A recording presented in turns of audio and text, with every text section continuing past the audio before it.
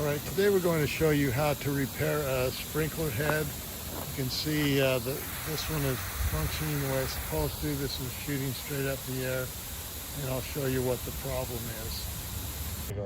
Okay, now what we found out is there's a crack right in through here. You can see that, and that's where the water's shooting out. So what we've got to do is replace this head right here. To get that up, you just get this flathead screwdriver. You can pull it up and then twist this off.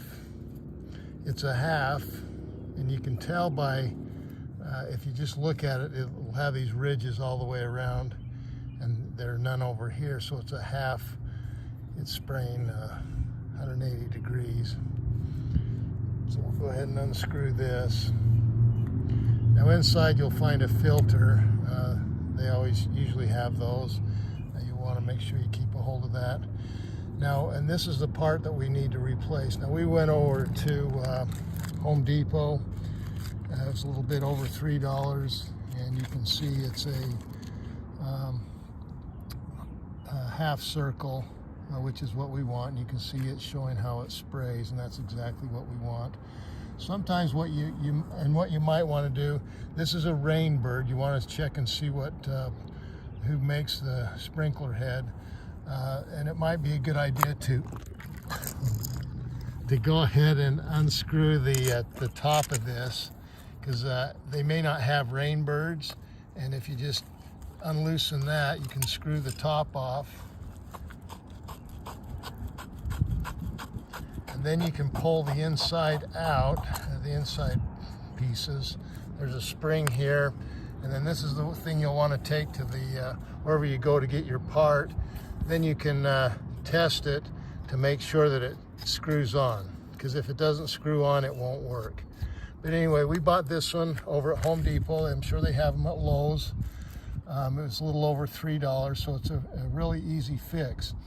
All you need to do is take out the new head, and it does have a new filter. We'll go ahead and use that.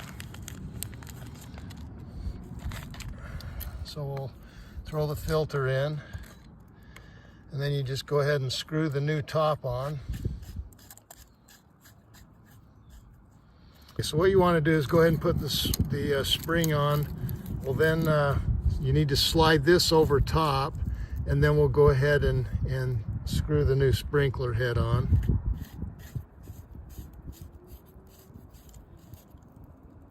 Now when you put this in, you want to make sure that it's showing where to spray, and it's going to be spraying out this way.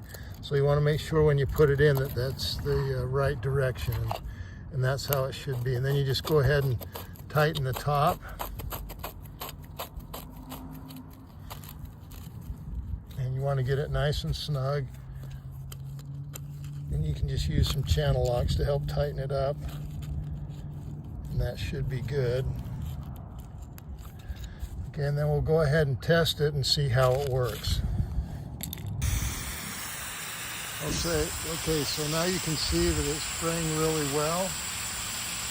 We've done a good job repairing that. And it's really a pretty simple fix, only about $3. Worst case scenario, you can buy a new sprinkler head and install that. So thanks for watching Big Al Repairs, and hopefully you subscribe.